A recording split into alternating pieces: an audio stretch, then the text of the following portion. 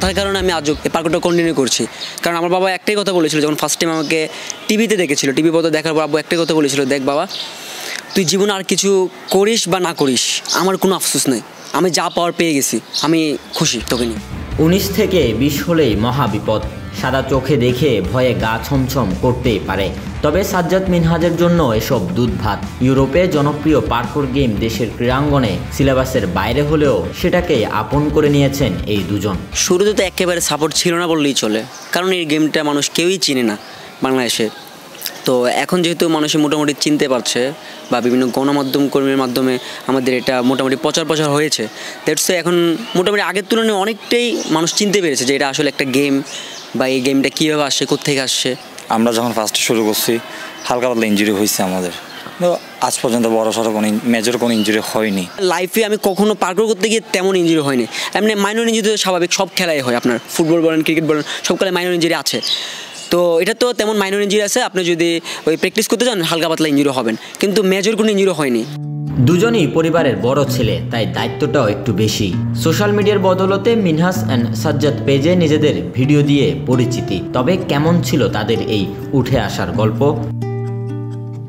প্রাথমিক বিদ্যালয়ের গণ্ডি পার হতেই মিনহাজের হয়ে বসল স্মৃতিরোগ। আশপাশের মানুষ থেকে শিকার হতেন বুলিংয়ের, বন্ধ হয়ে যায় পড়ালেখা। তবে সেই মিনহাজের এই ভিন্ন ধারায় অবিরত ছুটে চলা গর্ববোধ করেন বাবা মোহাম্মদ মাহালুম ও মা শাহিন আক্তার। মা হিসেবে আমার থেকে অনেক ভালোই লাগতেছে, সবাই আমার ছেলেকে সাপোর্ট দিচ্ছে, সাজ্জাদ আর মিনহাজকে।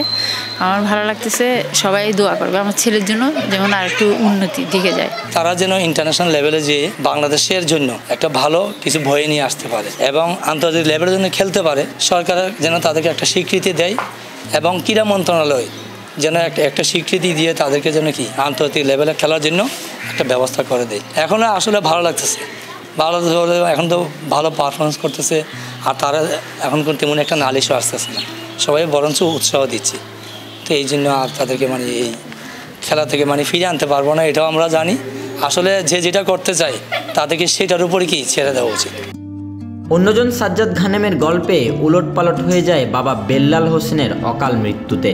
তবে হাজার টানাপোড়েনেও ছেলের স্বপ্নকেই বড় করে দেখছেন মা আসমা।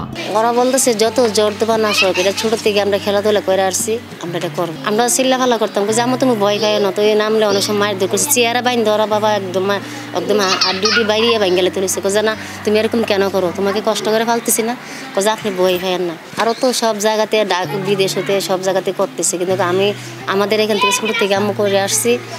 এখন আপনারা সাপোর্ট করেন, আপনারা নিশ্চিন্তে থাকেন, আমরা নেগে কিন্তু ইনশাল্লাহ আপনি সংসারে হাল ধরবো। সাহস দিতে ছেলে, সাহস দিতেছে আপনি, এটা তো আমরাও ছেলের উপরে ভরসা দিয়ে চেষ্টা করতেছি। যাক, ছেলে যখন সাহস দিছে, আল্লাহ একবারই মুখ তুলে তাকাবি। দেশের জন্য কিছু করতে চান চট্টগ্রামের মিনহাজ সাজ্জাদ। একসময় চারপাশ থেকে নানা কটু কথা আসলেও এখন সবাই আপন করে নিয়েছেন এ দুজনকে। যারা আমাকে মানে কটু কথা বলতো তারাই সেখানে অ্যাপ্রিশিয়েট জানাচ্ছে যে তোরা আমার গর্ব, ইটস একটা ইস্যু। স্টার্টিংয়ে যখন আমরা শুরু করছি তখন তো পাড়ার প্রতিবেশী ভাই বাদারা বলতো, আমার আম্মা বোধ আমি পিঠাও খাইছি এটার জন্য, আপনার যে এটা কী করতেছ, রিস্কি জিনিস। হ্যাঁ, আলহামদুলিল্লাহ যখন আস্তে ধীরে গণমাধ্যম বাসায় আসা শুরু করছে, আলহামদুলিল্লাহ ওরাও সাপোর্ট করতেছে, পাড়ার প্রতিবেশী ভাই বাদাররা সাপোর্ট পাচ্ছে না। সাজ্জাদ আর মিনহাজকে তো আমি ছোটো কাল থেকে দেখছি, ওরা এক বিল্ডিং থেকে অন্য বিল্ডিংয়ে লাফাতো অনেকটা বান্দরের মতো। তখন আমরা দেখে দেখে হাসতাম, ওদের আর কোনো কাজ নেই, সারাদিন বিল্ডিংয়ে লাফাই। কিন্তু এই পর্যায়ে এসে দেখছি এটা একটা ইন্টারন্যাশনাল গেম, যেটাকে আমরা পার্কুর বলি। এটা তো অবশ্যই আমাদের জন্য অনেক গর্বের।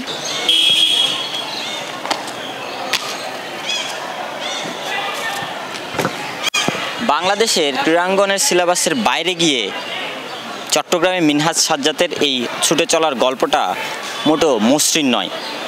ইউরোপের দিকে প্রসিদ্ধ পার্কুর গেম বাংলাদেশেও তারা পরিচিতি ঘটাতে চান, রিপ্রেজেন্ট করতে চান দেশকে। তার জন্য দরকার পৃষ্ঠপোষকতা, তার জন্য দরকার দেশের ক্রীড়াঙ্গনের মানুষের এগিয়ে আসা, ক্রীড়া বিভাগের সহযোগিতা।